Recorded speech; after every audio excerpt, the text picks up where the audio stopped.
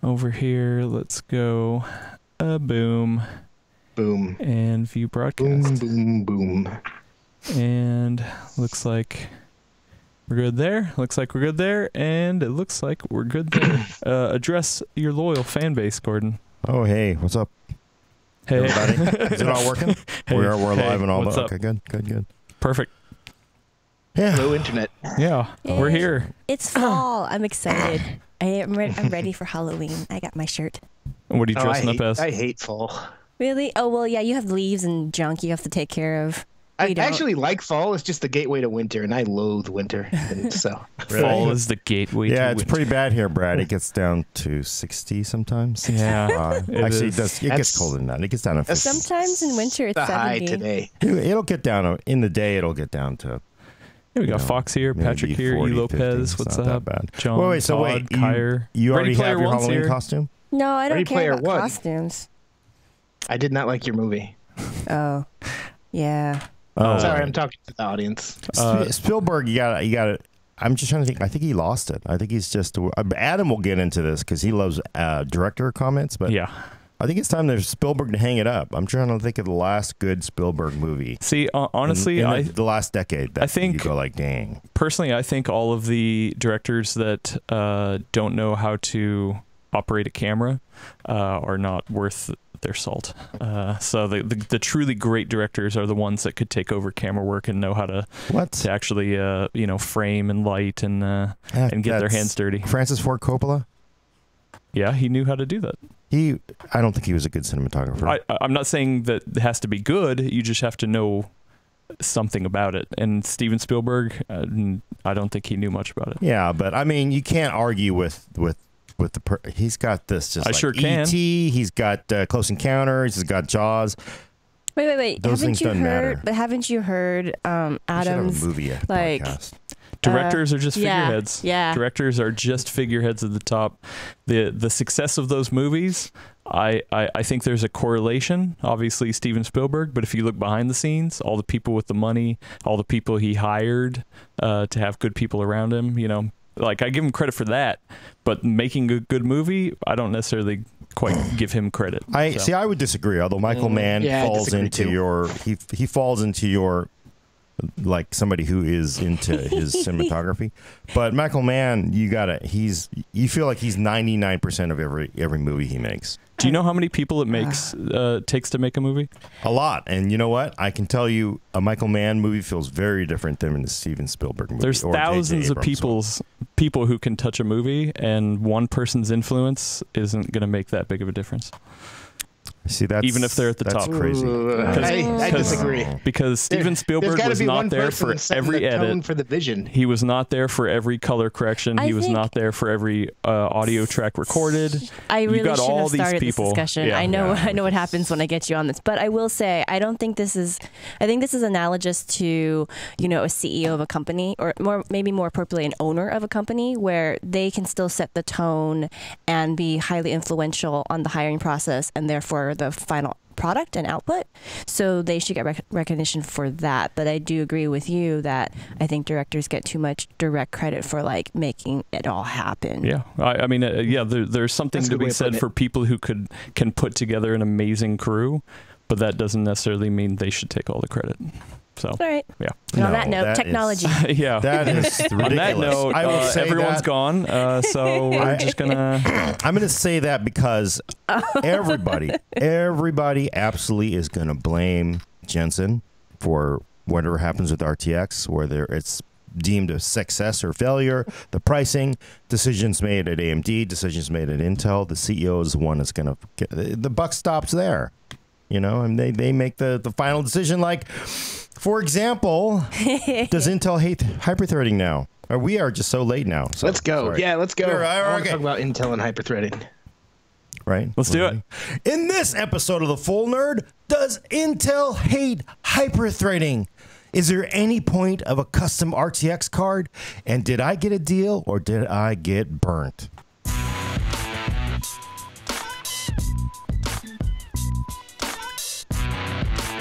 We should do a movie podcast. Like commentary? Nobody wants to hear about people that wants to know about movies. You want to hear about average people who watch the movies. But welcome to the Full Nerd episode 69. I'm your host, Gordon Mong, with co-host Brad Charkis. I like movies. He likes movies. Lane Yee also likes movies. Yeah, most of the time. And Adam Patrick Murray doesn't think Michael Mann deserves all the credit for Heat and everything he's done. It smells like something is burning in here. Is that just me? I don't know why I just caught a whiff of something burning. No, Maybe I should be worried. I actually think I smell it too. Right? Wait, are you trying to distract me? No, like legit. Like, no, yeah, like it smells like something might be frying in one of your systems there. Like electrical? Yeah. Well, if we go away, you know why. Yeah. Why don't you guys talk about the Intel 9000 series? Oh, leaking? yeah. So and I'm going to go smell some of these components over here. He just got out of hating on Michael Mann, who's probably the greatest living director today. You just had to say I had to just say it. Things start burning. I'm quoting a story from Anantech Ian Cuttress. So hey, we're talking some solid credentials here. Basically, it's Intel's new CPUs coming out. There are 9000 series CPUs. Again, I have no inside information, no leaked information. I'm quoting what Ian said at Anantech.com, quoting a Vietnamese retailer who's like, "Oh, screw it. Let's just put it out on the web." Big deal. Top end Core i9 9900K, 8 core, 16 threads, 3.6 base, 5 turbo. Wow, pretty good stuff. But the thing that's going to really grind people's gears, i7 9700K, 8 core, 8 threads, i5 9500, 6 cores, 6 threads, Core i5 9400, 6 cores, 6 cores. Basically just lower core count. And then there's an i3 4 core, 4 thread. So there's only the top part gets hyperthreading. Yeah, it's really interesting, right? So if you want to, well, let's compare. There's actually, he's got a comparison here. 8700K, 6 core, 12 threads. 8086K, of course, 6 cores, 12 threads. i5 8600K. Oh, wait, this actually kind of matches. 6 core, 6 threads, so maybe we are unfair. i3 8350K, overclockable i3 part, 4 cores, 4 threads. So it's really the i7 that just kind of gets like kicked overboard, right? Yeah, it's going from, aside from the top end model, which this Vietnamese retailer didn't list prices. Let's get out of the bat. But right. Previous leaks have showed the 9700K, the 8 core, 8 thread at what the 8700K sells for now, so about $350. Ew. The 9900K is expected to be closer to $500. Whoa, really? So, but that's not confirmed. Those are previous rumors. But so the 9700K, the replacement for the 8700K, sure, it gets 2 extra physical cores. Right. But that's only 8 threads in total. The 8700K today gives you 12 threads, and that's just a real bummer for me seeing Intel ditch hyperthreading altogether. It looks like if this proves to be real. For everything below i9. Looks like for this junction. Although I'm going to point out the clocks are a little bit higher. The turbo on the 9700K part, which I guess would replace 8700K, is a 4.9 versus 4.7 on turbo. 3.6 base a little lower. 3.7 base on the 8700K, but we know that part never ran at 3.7 base unless you basically ran it with no heatsink. So, no? Yeah, that's a real bummer because if you look at Ryzen, right, they also have 8 cores, 6 cores, 4 cores across their, 7, 5, and 3 lines. But the difference with them is they just included hyperthreading with everything. Intel here is taking it away. I gotta wonder because the 8 core, even if you give Intel higher clocks, higher IPC for that 9700K part, a 2700X with 8 threads and SMT, we can't call it hyperthreading because that's trademark, but it's probably going to beat up a 9700K in a lot of those multi-threaded benchmarks. Yeah, but I wonder if this is Intel just really concentrating their efforts on that gaming kind of space where they're not betting on people needing all those cores and threads, or threads specifically. So they said, fine, we'll take away some of the threads, but we'll give you, higher clocks. I mean, that's a valid argument, I mean, if you're really a 90% gamer, it's always better to go for higher clocks, right? You don't really need 8 or 16 cores. It's just disappointing, though. When you spend that much money, you don't get to say, like, look, I get all the things. No, because I will say, the code name is CFL-R, Coffee Lake R, The R is for ray tracing, Brad. It's for ray tracing. And ray tracing doesn't matter. Well, speaking about clock speeds, though, looking at these leaked Vietnamese retailer specs, assuming they're true, Core i5's clock speeds are not higher than Ryzen 5's clock speeds. Yeah, and those are locked parts too. That's an issue, right? That's an issue. Yeah. So Ryzen 5, if this is true again, will have the same or better clock speeds, twice as many threads, and you can overclock them.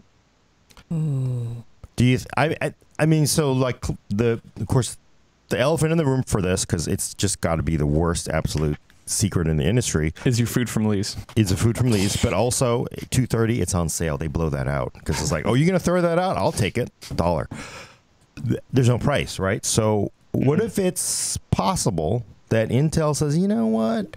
You know, I know everybody always expects pricing to go up. We're Intel, we like to charge more. What if they compress the whole stack? i7 is just sort of like $250. That turns into an i5 part. I mean, that would be That would really make things more interesting. Right? Well, yeah, a lot more interesting, but I don't know. I can't imagine Intel going that low. I know, that's the thing. Is like 300 maybe, but 250 like out the gate. That would be dramatic for them. well, an i5 now is 258. So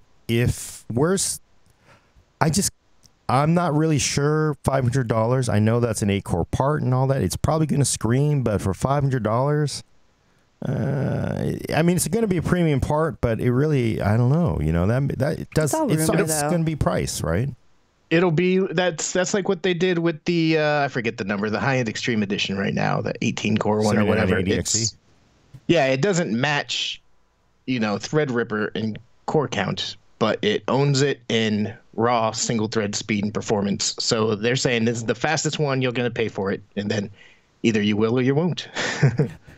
Yeah, I just wonder that what's going to work down here, though, because I mean, I feel like if that winds up being $500, that's different from mainstream audience, I feel.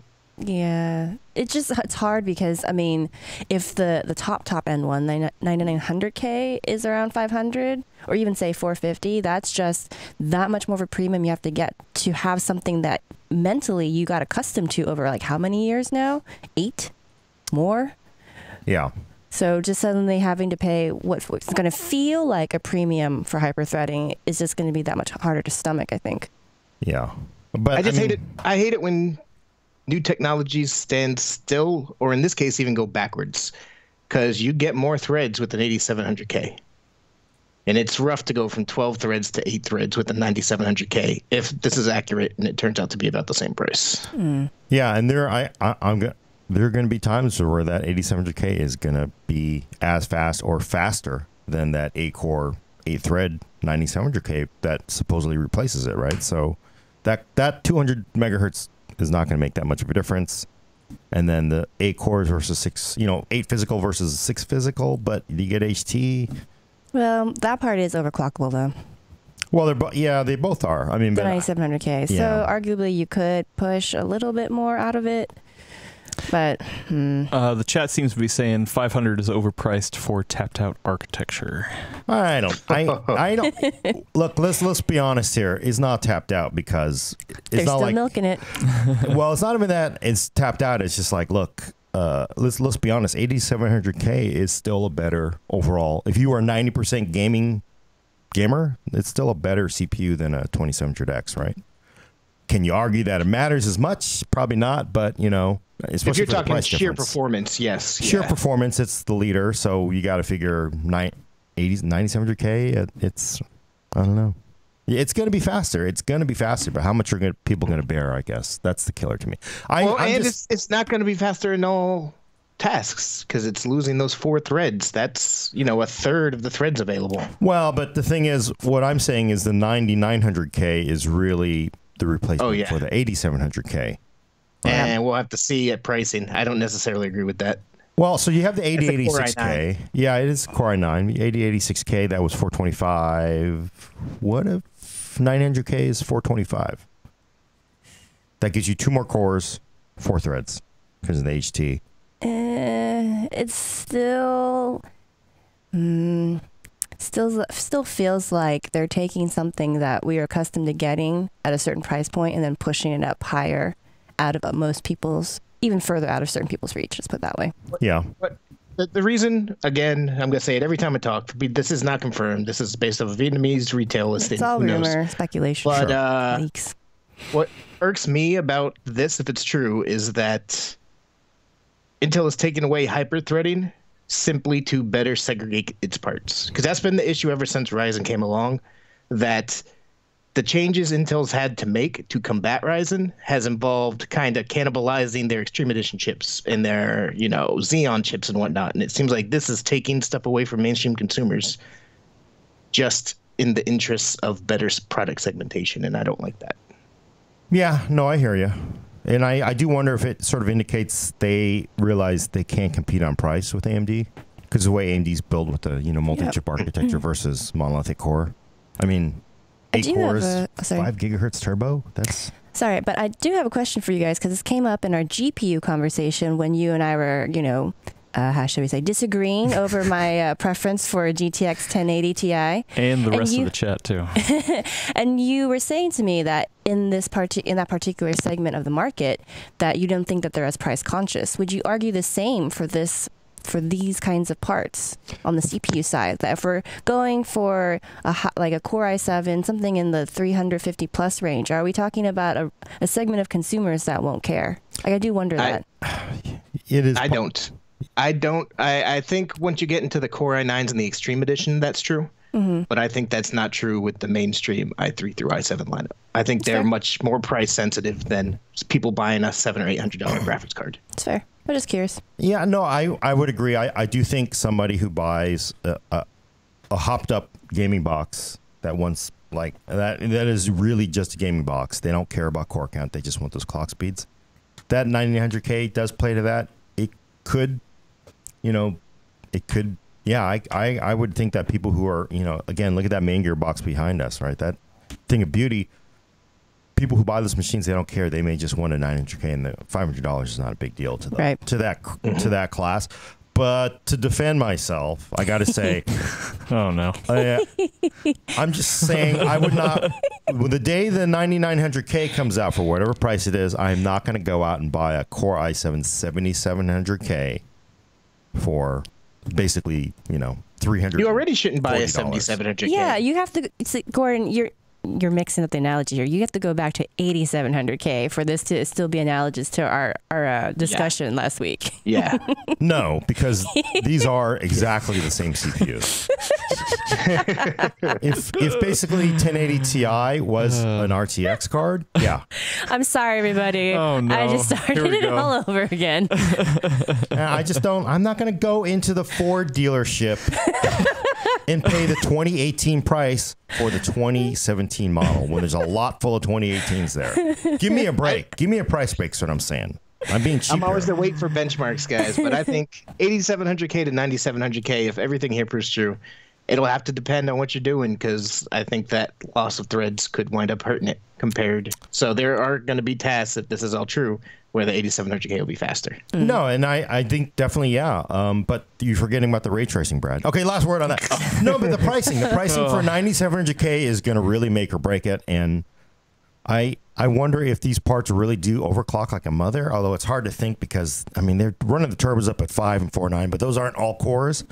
If you could get a 9700K all-core overclock at 5 gigahertz, like damn near guaranteed, like you can do already with the 8700K most of the time, and always with the 8086. Yeah, 8086 definitely, right? But like, what if these things are 5.2 parts, right? Is that worth it? All core?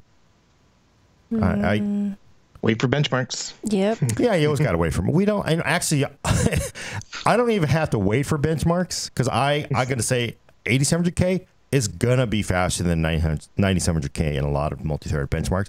I say wait for price. Because I think that's going to be the make or break thing. If it really is, if it's 370 for 9700K versus 370 for 8700K, and 8700Ks are sort of back up to that 360, 370 point. 100%. What do you do? What do you do?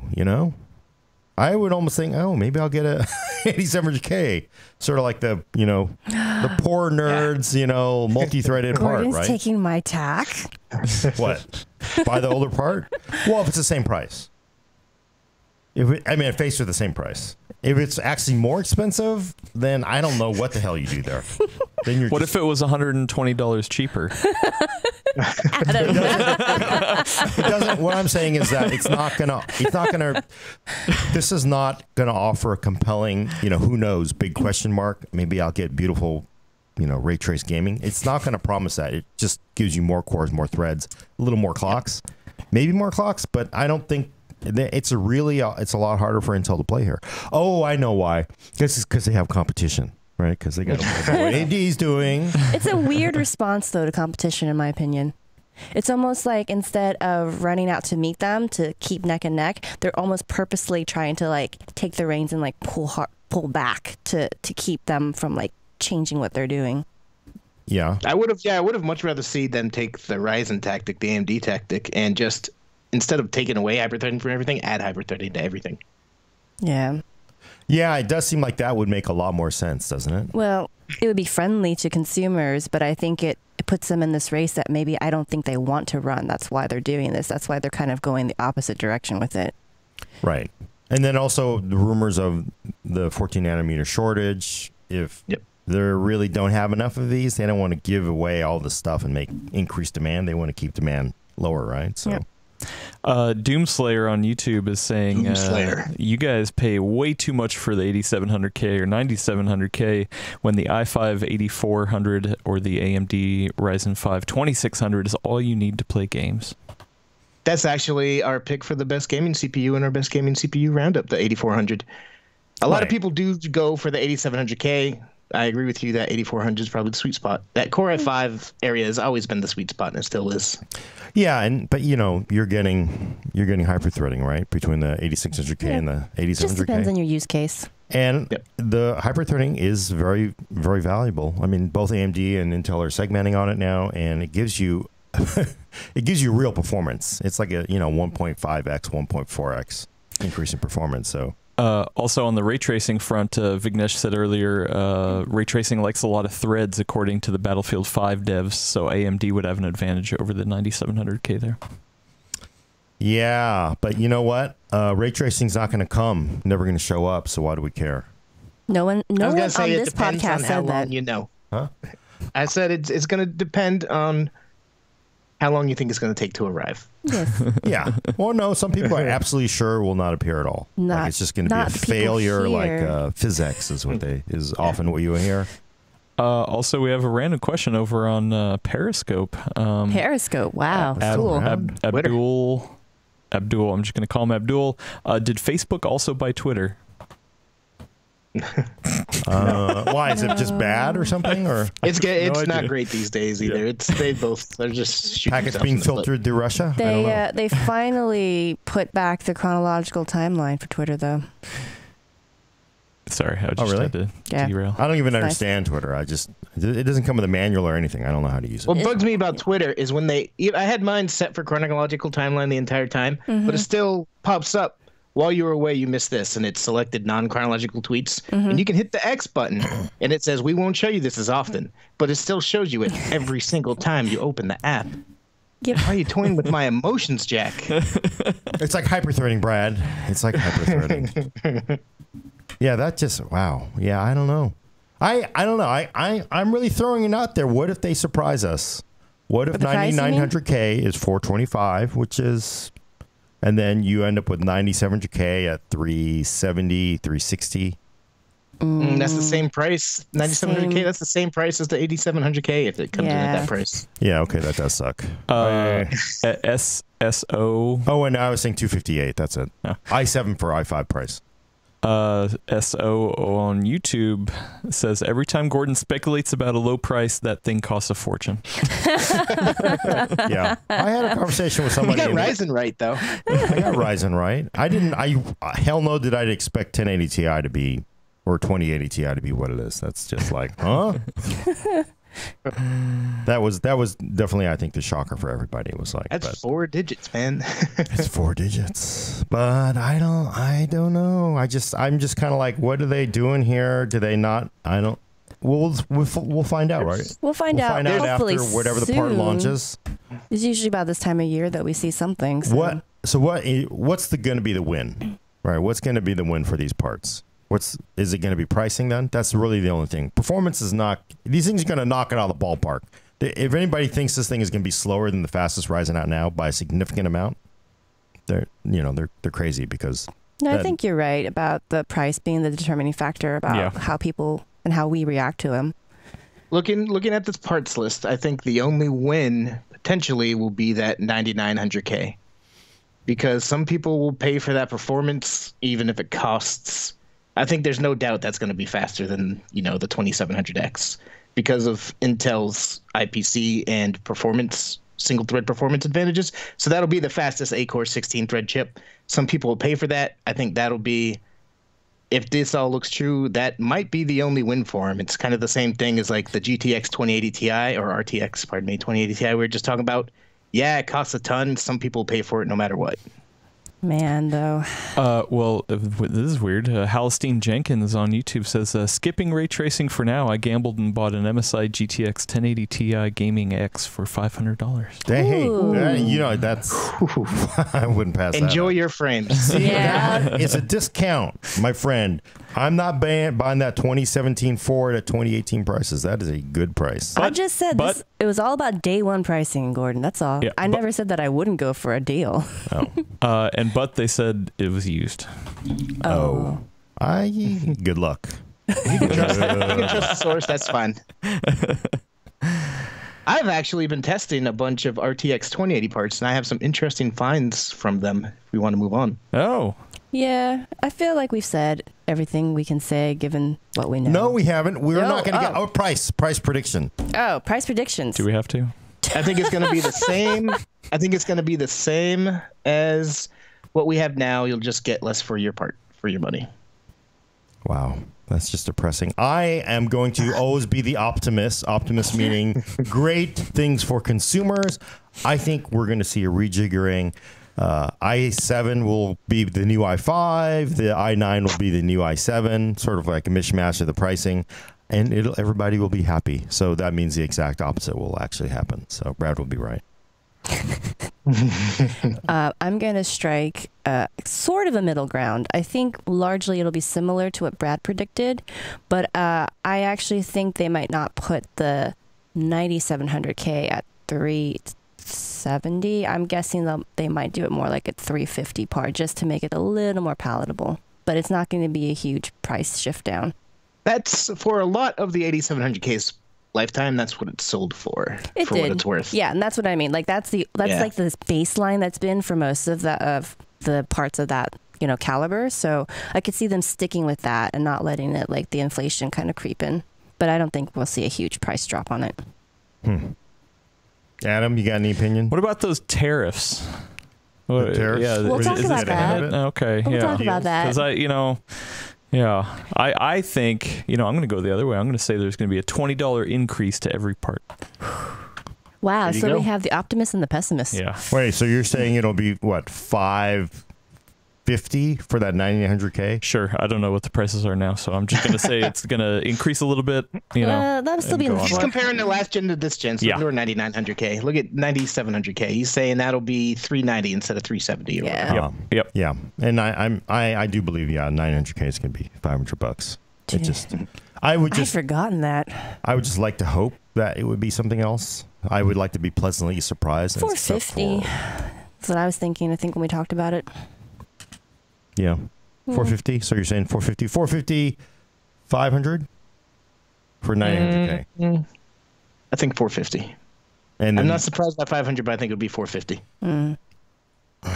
500 and 9700K will be 3. God, that seems crazy. Then you're looking at a huge price increase from a 900. Yeah, that just. It doesn't make sense for them to jump that high relative. 450 to makes sense, right? 450 makes 450 and then 350, right? $100 more for the HD. Possibly, yeah. Yeah, that's what I was thinking. And disappointing, but that's what's going to happen, right? That makes sense.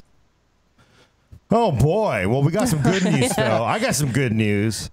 Brad, I don't want Founders Edition. I do not want Founders Edition because I want aftermarket card. I want more than 2 fans because I know 3 fans are better. Well, And- I've actually got the news could be good or bad depending on how you look at it. I've been testing. I've got a couple different custom RTX 2080 cards here that I've been testing. One review already went up for the ROG Strix, and I think it's really interesting how much NVIDIA has really kind of put the screws to its custom partners with the design of the Founders Edition this time around.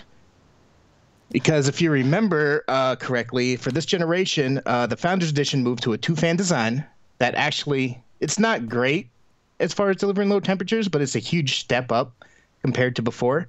And it does a pretty decent job. It's not too loud, it's cool enough, and it actually has an overclock out of the box. So, you know, pretty solid, $800, not $700 like they've claimed. That there's been no $700 RTX 2080s yet. But what's interesting is all the cards that I've tested so far, including the 2080 Ti, just to kind of take that into account too, overclocking, they all get kind of pretty much the same performance, even if you overclock them, because they're being restrained by the power limit. NVIDIA's really tempered down the power limit and voltage this time around. So all these cards kind of perform the same, because last generation you ran into the same issue with the 1080 Ti's. The high-end cards, like if you got a Strix, if you got an EVGA for the Win 3, it doesn't matter. They outperform kind of the same. Zotac amp, pretty much virtually the same. But the difference was the Founders Edition cards weren't overclocked and they had crappy coolers. So they were a big step up from that reference design. This generation, they're not. So the differences that I'm seeing, the big differences between Founders Edition and custom cards, purely revolves around cooling and temperatures and price. So no extra performance, just lower temps. Very little. Very, very little.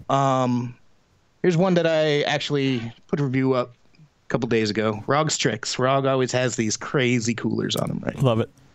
This thing's 2.7 slots thick. It's got 7. yeah. Wow. Let's go for 3. Yeah. It's either 2 or 3, right? It has to be 2 or it has to be 3. But it's 2.7. It's got 3 fans. It's got, you know, the craziest giant heatsink in it. It's got all kinds of crazy cooling technology. It has a custom PCB. It's a great card. It costs $870, Whew. which is $70 more than the Founders Edition. And actually, that card really impressed the hell out of me because it has 2 different modes: quiet mode and performance mode. Out of the box, it ships with performance mode, and it actually never went above, I think, 64 degrees Celsius. So it's Wow. like incredibly cold. Like, it's a very effective cooler. If you switch it over to quiet mode, it's virtually silent, even though it's, you know, pumping out 4K 60. It's silent. Like, it's a super effective cooler. Like, I'm super impressed. I wish they had actually put the quiet mode as the default, because I personally prefer to have, you know, silent running computer rather than lower temperature numbers on the screen. What are the temps like for quiet mode? 75, which puts it right there with the Founders Edition. Not bad. So you can either be virtually silent and match the temperatures of the Founders Edition, or be super cool and be about the same noise as the Founders Edition. But no extra actual performance, negligible About performance 3%. Oh boy.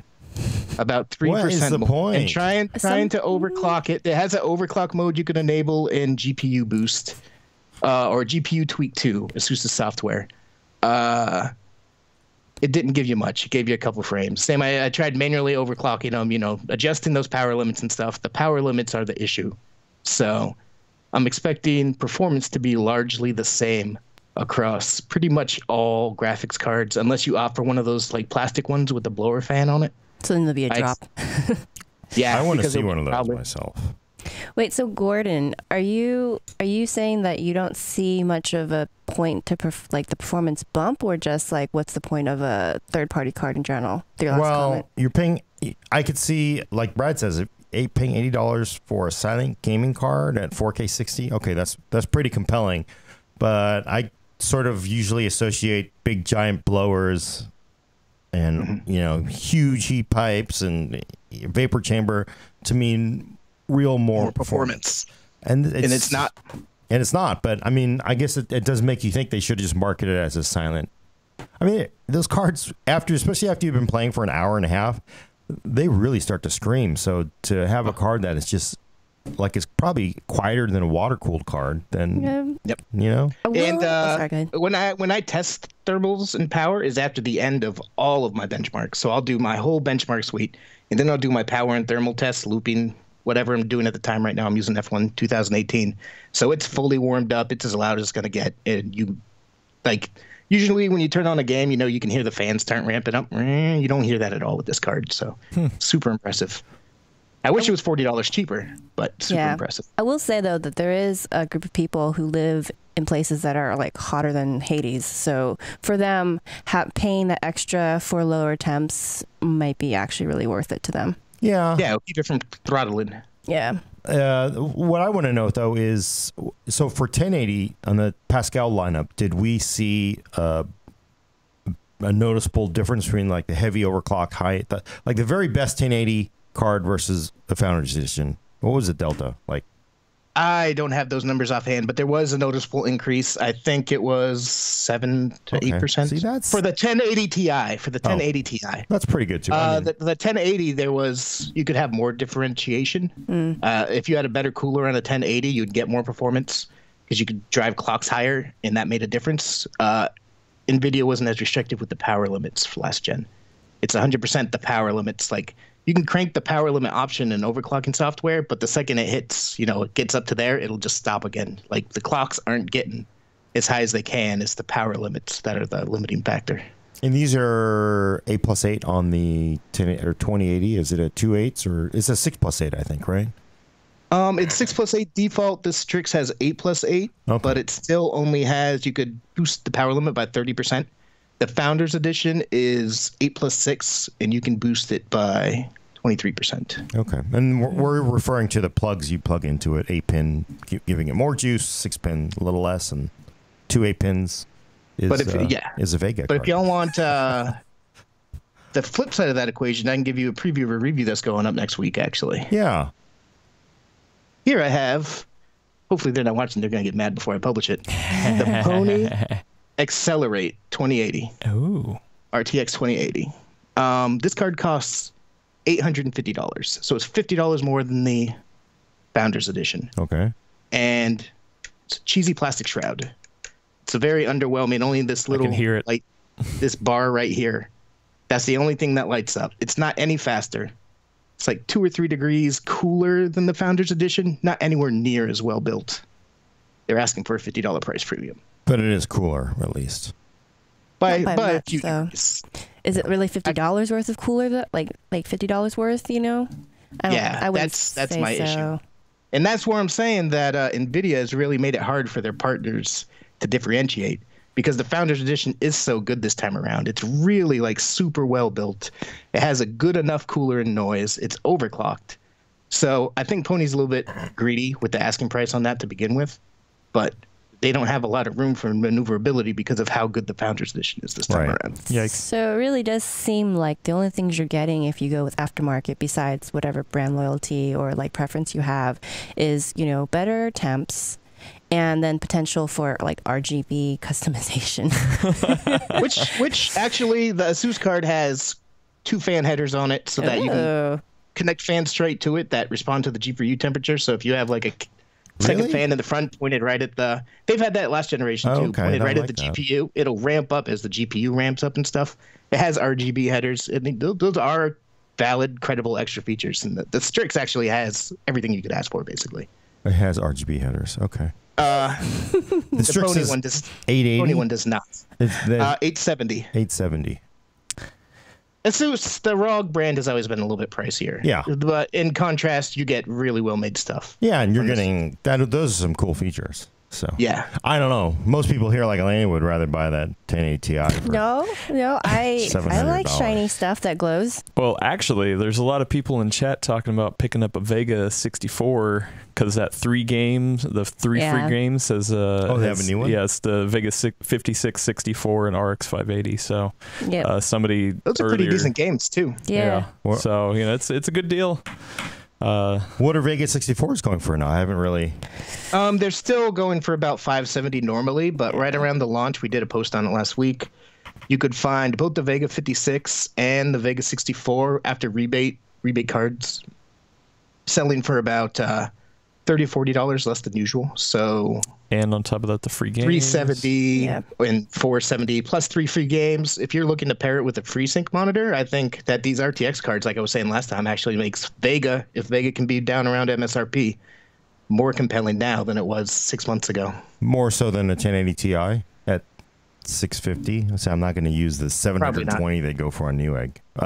It depends if you want variable refresh rate, I would say. But I would get a 1080 Ti over a Vega 64 if you're looking in the same price range. But you're right, though. It is, if you're looking to pair that with the sync panel, variable, VRR panel, then it's pretty nice. Yep. Although, so I got to wonder, though, could this be a limitation of the maturity of the die? And we won't know until 2 years from now, but did we see that with Pascal? Did we see, like, third-party 1080s at launch were like, nobody cares. But by the end, you're like, hey, these are some rockin' high clocks at the end. I'm wondering if... No, this is a 100% power limitation issue being locked down. Steve over at Gamers Nexus, who we seem to reference every week because he does great work, he actually did custom... I didn't get a cup, so I'm doing you did. I sent a cup in that line. Okay. He actually did, like he always does with the flagship releases, he did a custom liquid-cooled version of the, I forget if it was the 2080 or 2080 Ti, but gained no performance increase over the standard overclocks because the power limit is a thing. So even custom water-cooled, like he took the whole thing apart, hooked up this Frankenstein creation that should theoretically have drastically cooled it down, and it did, which should theoretically let you get much more performance. You're getting no performance increase whatsoever. Bummer. Well, there is, you can squeeze a couple extra percentage of overclocks out of these, but all in all, they're going to be very equal.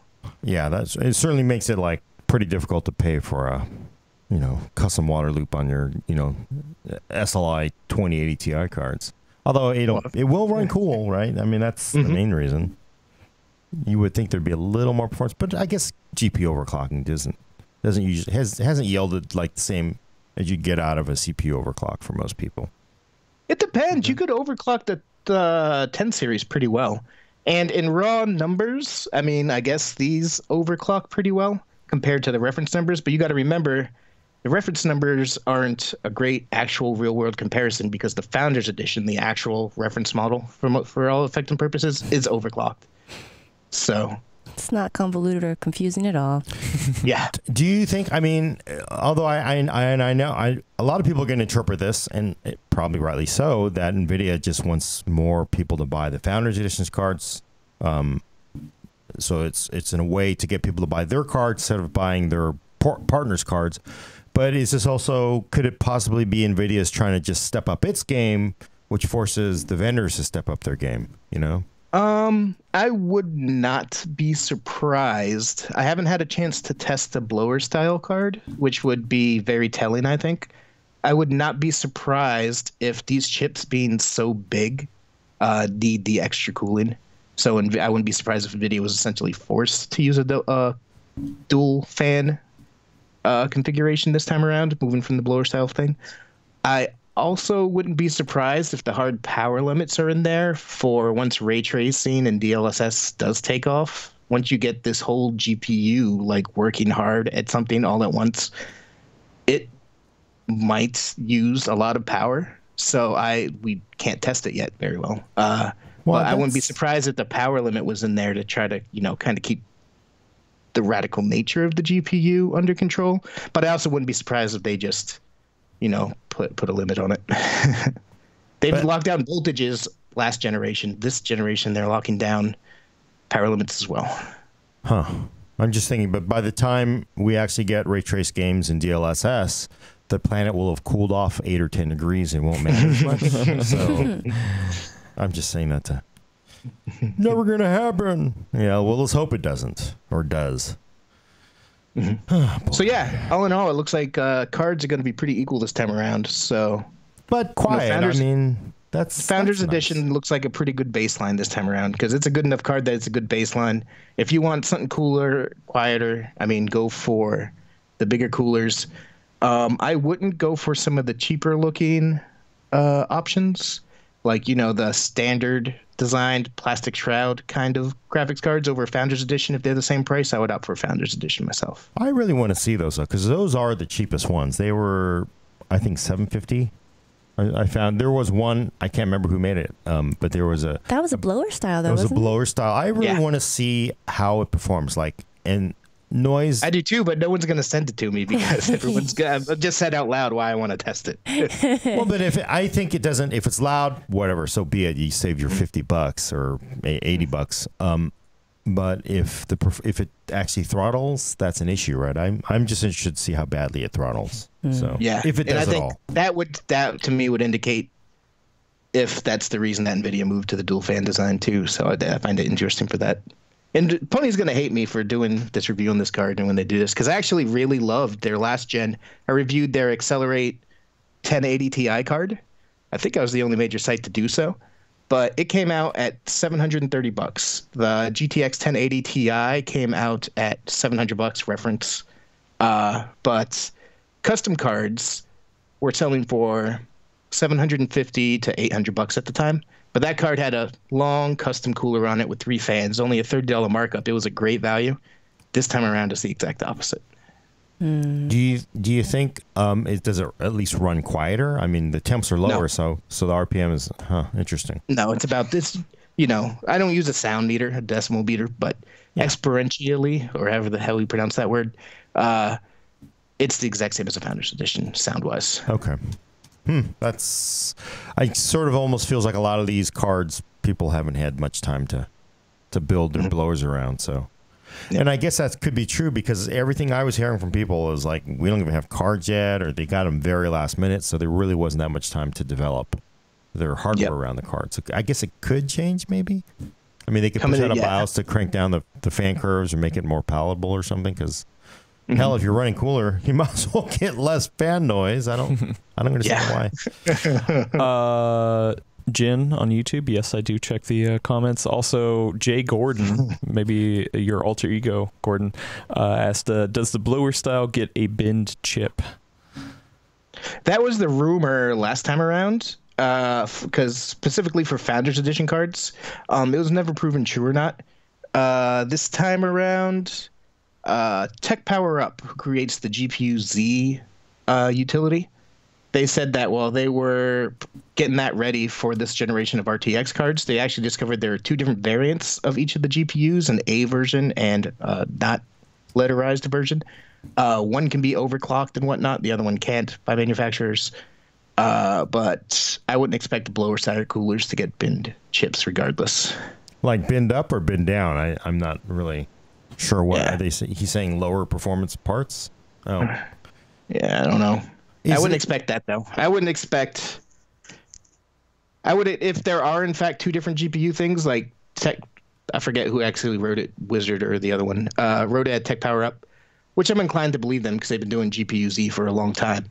I would expect the GPUs for the blower style ones to be the ones that don't get overclocked. Oh, right. Yeah, because what's the point? You're just going to nuke it. So. Yeah. That kind of makes sense. Yep. Hey Daddy is asking... That kind of makes sense. That's a vote of encouragement. Yeah. Well... Hey Daddy on YouTube's asking, will they unlock the power limit? Will they release a BIOS for better overclockable capabilities? For audio listeners, that was a shrug. That was Yeah. There are variances. I'm not sure what the official spec is or anything like that. I believe it was actually below 120, which makes it interesting that the Founders Edition, you can increase it to 123%. But like this Asus Strix goes up to 125. EVGAs go up to 130. So there are some variances in the power limit allowed. I'm not sure where that's coming from. But there are differences. So if you're looking to get as much performance as possible out of these cards, I would suggest looking at reviews and look for ones that have the higher power limit capabilities. Tech Power Up is actually compiling those. I don't have a link handy. I'm compiling those into a single chart that say, okay, this model has this as the power limit. This model has this as the power limit. So you can go check that out. I just don't... Yeah, but I guess they're artificially limiting it to the die. I'm just wondering why they didn't go for an 8+8. This is not simply a current or voltage issue. It's something else that NVIDIA's decided to lock down, right? So. Yep. Oh boy. Well, that's good news. I'm gonna be building that RTX 2080 PNY card with my 9700K, $500. Actually, just gonna plug myself real quick. After the debate last week about RTX 2080 versus 1080 Ti, we have a couple of articles up at PCWorld.com breaking down all the differences between GTX 1080 Ti and 2080, why you might or might not want to buy both of them. Also, the same thing, break it down. If you already have a GTX 1080 Ti, should you upgrade to a 2080 Ti? So you can find both of those articles over on PCWorld.com. I see Gordon making faces. Should we summarize, Brad?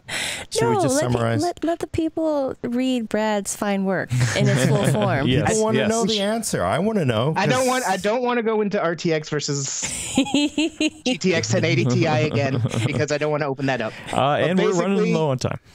Yeah, upgrade from a GTX 1080 Ti to a 2080 Ti only if you have one of those fancy 144 hertz G-Sync 4K monitors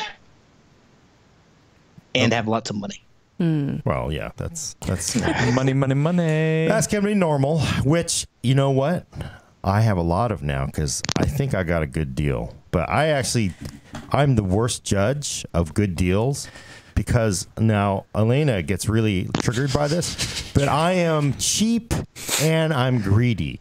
Wait, Right? And I think they're what was the word? understand. What was the word you were saying? cheapskate. I'm a cheapskate and I'm greedy. I'm the person that when you go to Amazon, it's like, oh yeah, this safety harness, you could buy the real one. Oh, but look, this looks just like it. I'm buying the knockoff one, right? It's just like, I don't care what you do I will personally because I don't buy. have to wear it. Well, the You're the one sushi's pretty good. I mean, It's it's going only to suffer it's when pretty the close. harness breaks.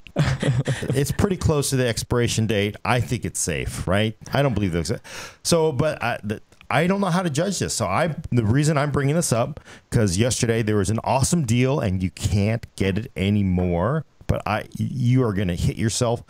It was a 400 gig SanDisk micro SD card for $99. That was a good deal. It's a good deal. I think it and was class 10 too. It's class 10. And actually, I was really weighing the 200 gig, That was also a good which deal. is the best deal because it was $34.99 for 200 gigs. It's like, I mean, that I'm paying a lot more. Buy two of those, save $30. I thought about that. I thought about it. But, I ended up actually buying the 400 gig one just because it's $99. Sounds like you. Well, because it's just like, and they get you. Here's how Amazon gets you. And this is why I want your opinions on this. Because I was like, 400 gig SanDisk, that's pretty good. And then you look at all the other, great. They had these other SD cards, besides the ones that were just cardboard, which they were selling on Amazon, which you got to avoid. There are actually other ones from, reputable companies, Samsung, PNY, and like 500 gig, 400 gigs. They were definitely like $250, right? $200. So it's like, this seems like a pretty good deal. Did I make the right decision? Is what I want to know. And how do you tell? Like, am I just being manipulated? Because Amazon knows I'm both a cheapskate and greedy. Oh, I mean, it's completely one of those things that's based on if you're going to use it or not. That's the rule of thumb. Like today, I'm not. I'm just like, I can't pass up on that so deal. in that case, it's probably actually not a good buy for you because you just spent $100 on something you're not going to use. I have a Pixel 2 XL.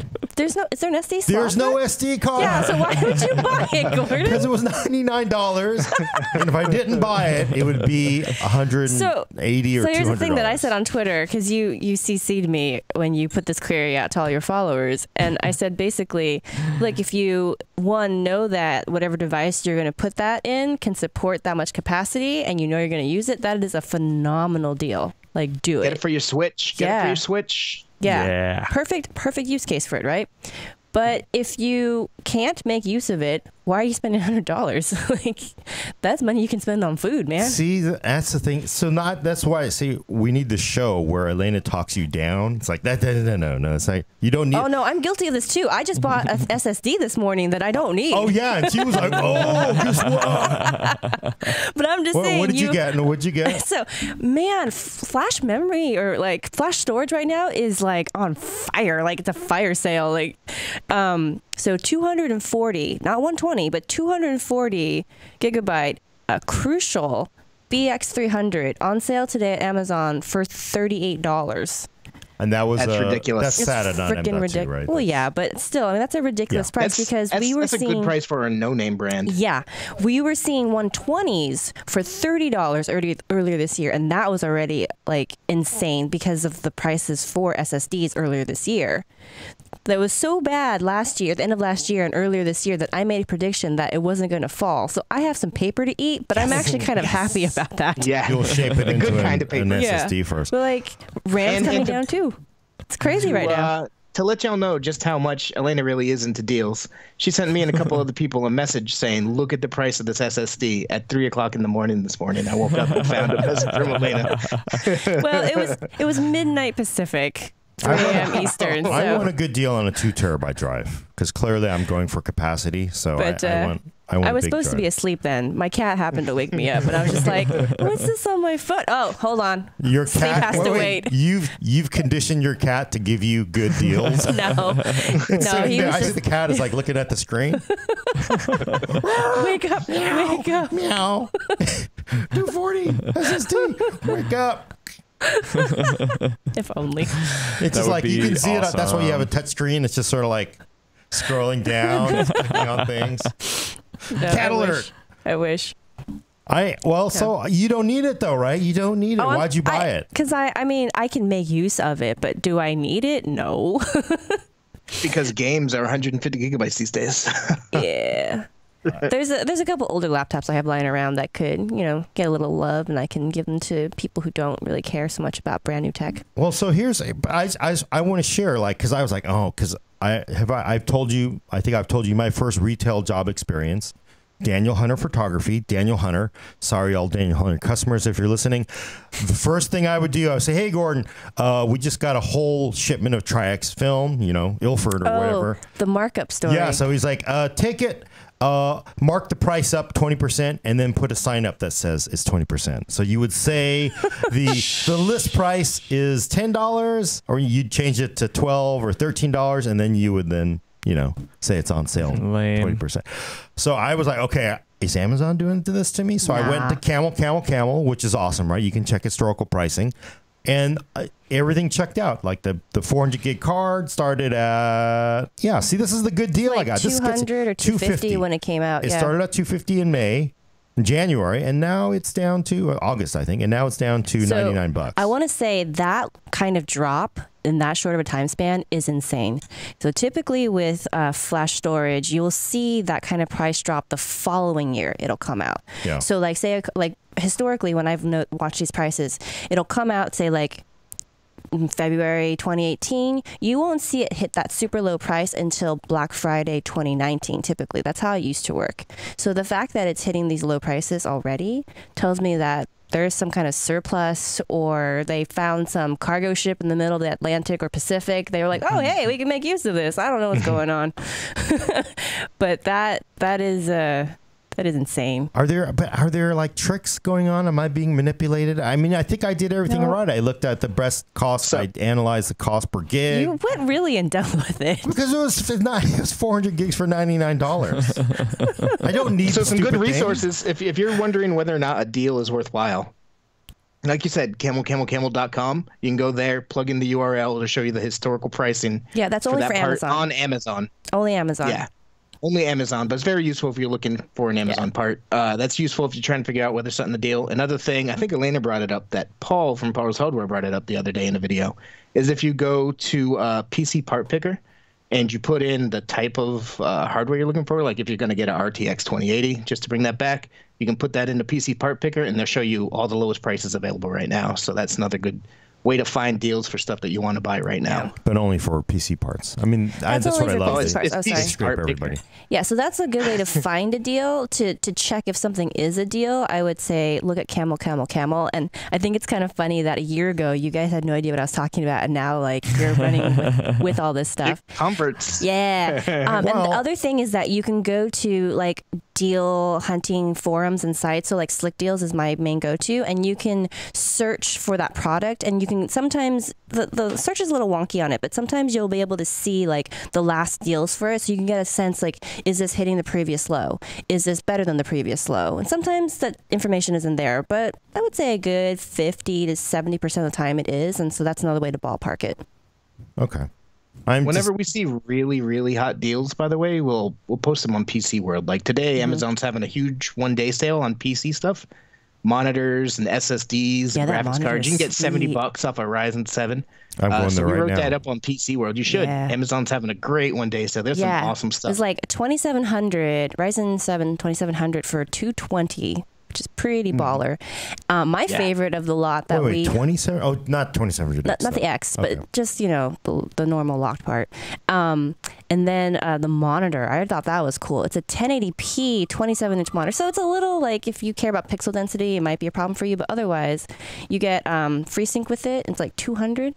So that's a pretty good price. $200. It's 144 hertz with a 1 millisecond response time. So it's really good. The response time was what caught my eye, because I've seen cheaper, but higher response time.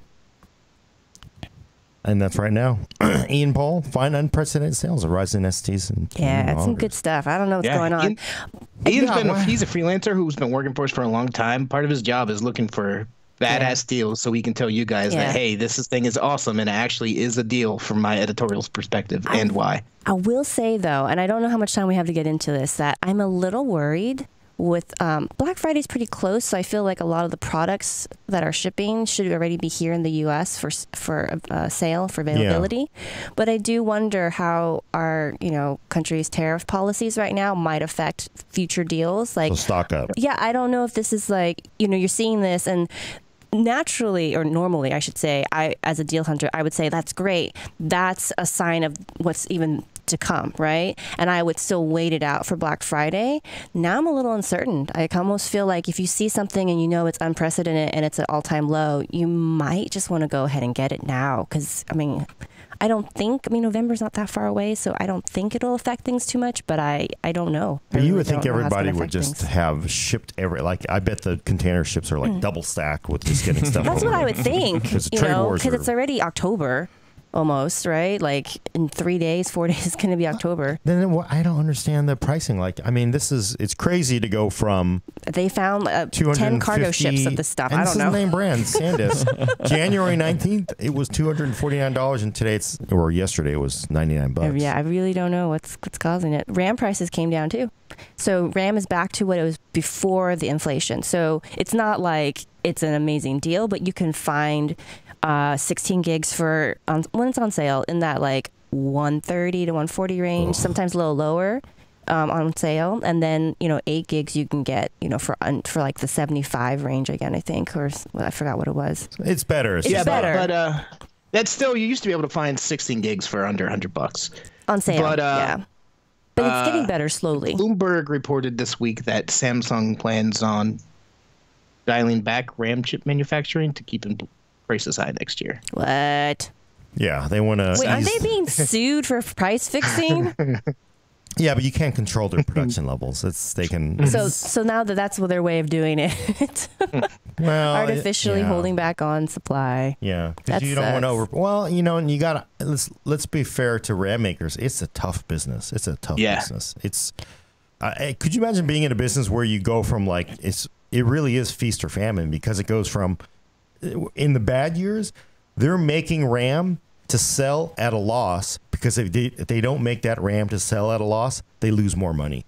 And that's just like, wow, that's like, maybe I should go get a job at Starbucks instead or something. I know, but hearing that is just frustrating. Yeah. Just pushes that little button where you're just like, what?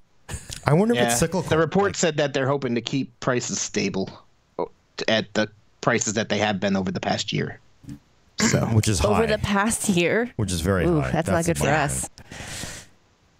So what I want to note, though, I got to ask this because I, like, as a cheap and greedy person, I'm going to be angry. Like, I got it for $99, but I will be angry. And I'm not looking, but if I go to Amazon and it's, $85? $130. Oh. It's like, that's all because you want to hear that, I saved, $100. You want to hear You did at the time.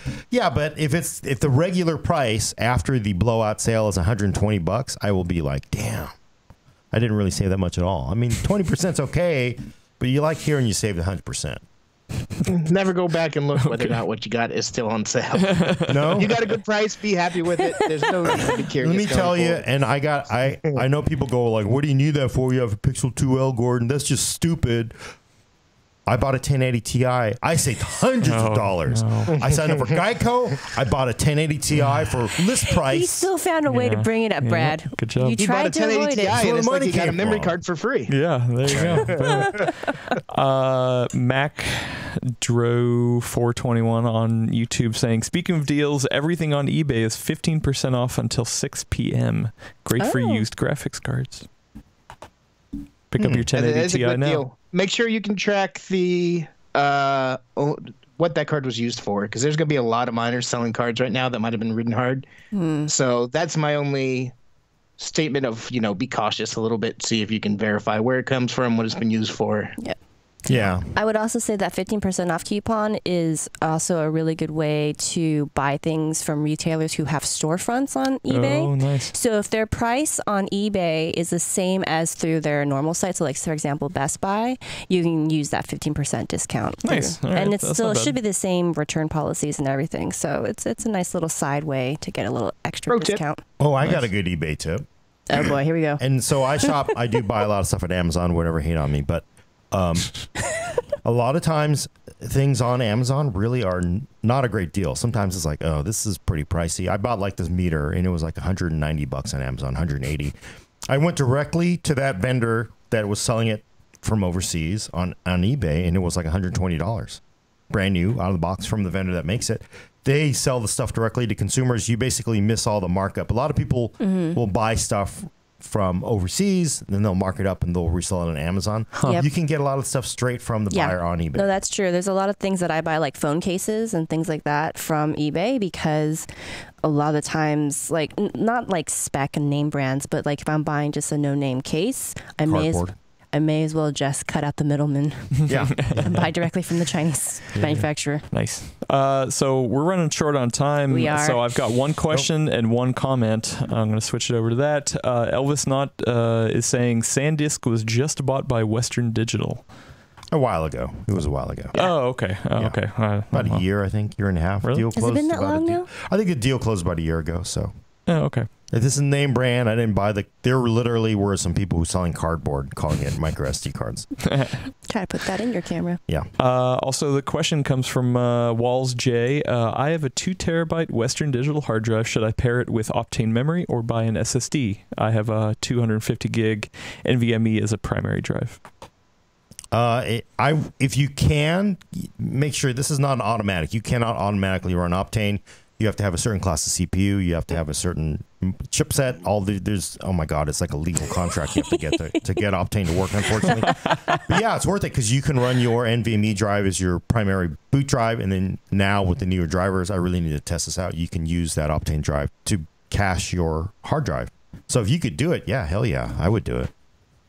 Yeah, at first you couldn't. It would only work if the hard drive was the only hard drive in the system, right? But now it's been updated, so now you can have a primary boot drive. Yeah, so nice. secondary drives you can cache. So you can make your hard drive basically perform at near, SSD levels Not in a bad. lot of ways. And Optane is for the Optane memory, that low Q performance is pretty awesome. So One more question. A couple people have asked this: a 1080 Ti versus 2070.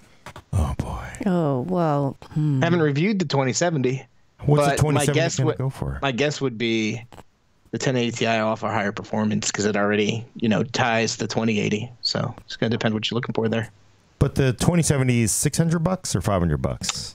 It's like all the rest of them. Theoretically, $500. The Founders Edition is $600, so it's going to be $600 plus. I gotta say, it worked. NVIDIA's plan to confuse the hell out of people has worked, because I think it's 500, but it really isn't, because the Founders Edition is really the baseline for most people. Yep. So it's really a $600 card.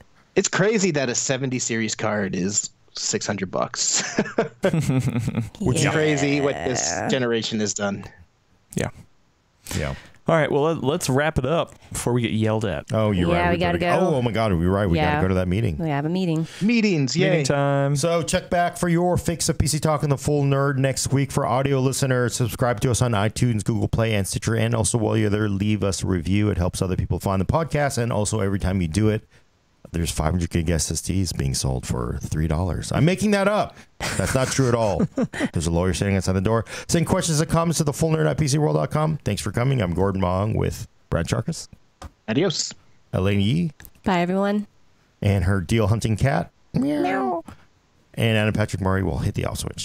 Yes, you should definitely follow Elena Yee on Twitter at Morphing Ball, because not only does she do cat stuff, but great deals. So follow that, and we'll see you later. So really, do you have the cat trained to do